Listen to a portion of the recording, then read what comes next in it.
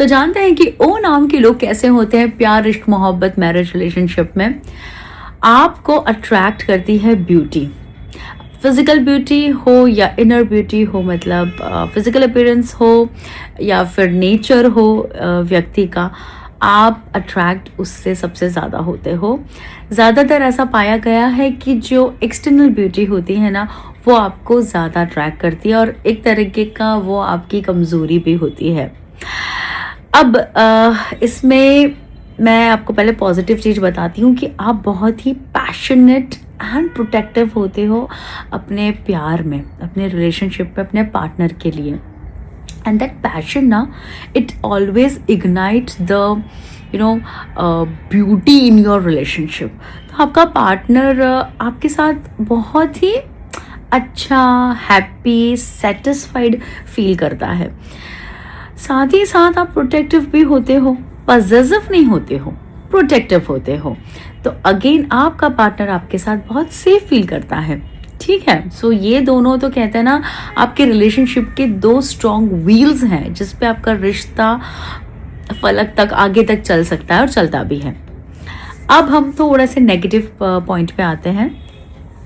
Negative चीज़ ये है कि आपको क्योंकि फिजिकल ब्यूटी ज़्यादा अट्रैक्ट करती है ना, तो थोड़े से मल्टीपल अफेयर्स के चांसेस हैं। नाउ इसमें भी एक चीज़ है कि आप see, multiple affair is not a problem, है ना, until unless you marry a person.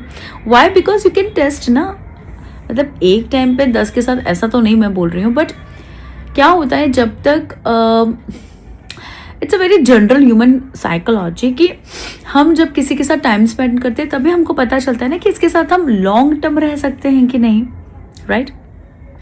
अभी ऐसा है कि आपको आपका अगर वो अट्रैक्शन बना रहता है ना, तो बहुत ही अच्छी बात है, और नहीं तो फिर आप दूसरे ऑप्शंस के लिए चले जाते हो।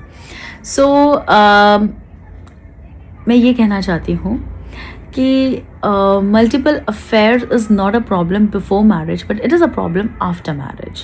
सो just take care of it. Second thing is, एक और दुखती दबती मैं आपको रग बताती हूँ कि आप लोग बहुत बॉसी नेचर के होते हो।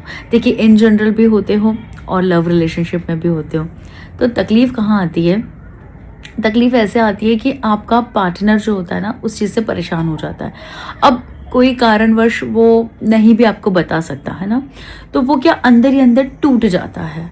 फिर वो रिलेशनशिप बस चलता ही रहता है, ड्रैग कर रहे हो आप, उसको धकेल रहे हो। और अगर आपके पार्टनर ने आपको मुंह पे बोल दिया कि भाई मुझे तुम्हारा ये चीज़ पसंद नहीं आया है, सो व्हाट हैपन कि फिर आप और ज़्यादा गुस्सा हो जाते हो और ज़्यादा अपने आप को डिफेंड करने लगते हो, because that's what your nature is, right? Boss never Niels down. अब वो तो बहुत ही अच्छी बात है, बट बॉसी नेचर का मतलब तो यही होता है कि आप है ना, झुकना पसंद नहीं करते हो। आप अपनी बात को डिफेंड कर लोगे, आप अपोज कर लोगे, आप आर्ग्यूमेंट में उतर जाओगे, लेकिन आप कहते हैं ना, वो झुकेगा नहीं पुष्पा, लाइक दैट। सो वो चीज़ की वजह से क्या होता है कि थोड़े ब्रेकअप्स या तकलीफ वाली चीज़ें आ जाती है रिलेशनशिप में। अगेन आई एम स्पेसिफिकली बता रही हूँ, मैं क्लियरली बोल रही हूँ कि ये इन जनरल रीडिंग है, स्टैटिस्टिक बेस्ड है, बहुत सारे रिसर्च बेस्ड पे है, और ये सबसे रेजोनेट नहीं करता है। लेकिन ओ नाम के लोगों का ये जनरल रीडिंग है। अब इसमें से आपको जो जो रेजोनेट करता है आप लीजिएगा, बाकी को स्किप करिएगा। मैं इन जनरल बोल रही हूँ, और अगर आपको वो लगता है रेजोनेट होता है तो मैं आपको गाइडेंस भी देती हूँ। देखिए, पॉजिटिव चीज़ के लिए तो कभी गाइडेंस की ज़रूरत ही नहीं होती है। पॉजिटिव चीज़ तो आपको पता है, मैं और बताऊँगी तो कहते हैं ना, आप उसको और ज़्यादा अपग्रेड करोगे। तकलीफ आती है नेगेटिव चीज़ पे भी ही। मैंने यूट्यूब पे भी देखा कि कुछ लोग बोल देते हैं, जैसे मेरा ऑनोमेटोलॉजी सीरीज़ का जो जनरल रीडिंग का था उसमें, कि नहीं आई एम तो गुड इन स्टडीज़, नहीं आई एम तो एक बहुत ही I can not reveal the name because of code of ethics, but it was something कि नहीं, हाँ, this person is so good looking, how can you say so? It is in general. अभी मैं 5 point in general बोल रही हूँ, उसमें से 5 में से ज़रूरी नहीं कि पाँचों 5 आपको रेजोनेट हो सकता है 4 पॉइंट हो सकता है 1 पॉइंट हो सकता है सारे पॉइंट हो, और एक भी नहीं हो सकता, ऐसा तो हो ही नहीं सकता। वो तो मैं श्योरिटी लेती हूँ कि ऐसा तो हो ही नहीं सकता, ठीक है। सो आप बात को समझिए। अभी भी मैं जो बोल रही हूँ नेगेटिव चीज़ को एकदम से लेकर यू डोंट प्लीज़ उस तरह से मत आप कमेंट करिएगा।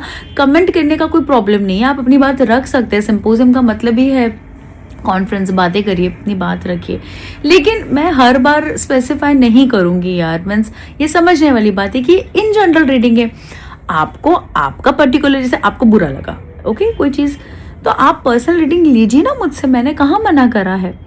उस पर्सनल रीडिंग में अगर आपको लगता है कि ये बात तो गलत है तो आप वो कह सकते हो, that is not a problem, it's okay.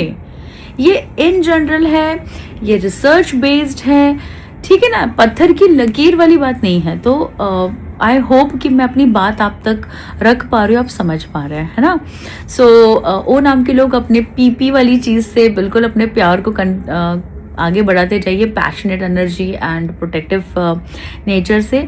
और ये दो चीज़ें जो हैं, बॉसी नेचर और ये जो थोड़ा सा अट्रैक्शन मतलब इवन आफ्टर मैरिज, तो वो चीज़ पे आप थोड़ा सा काम कर लीजिए। अगर आपको नहीं है तो बहुत ही अच्छी बात है।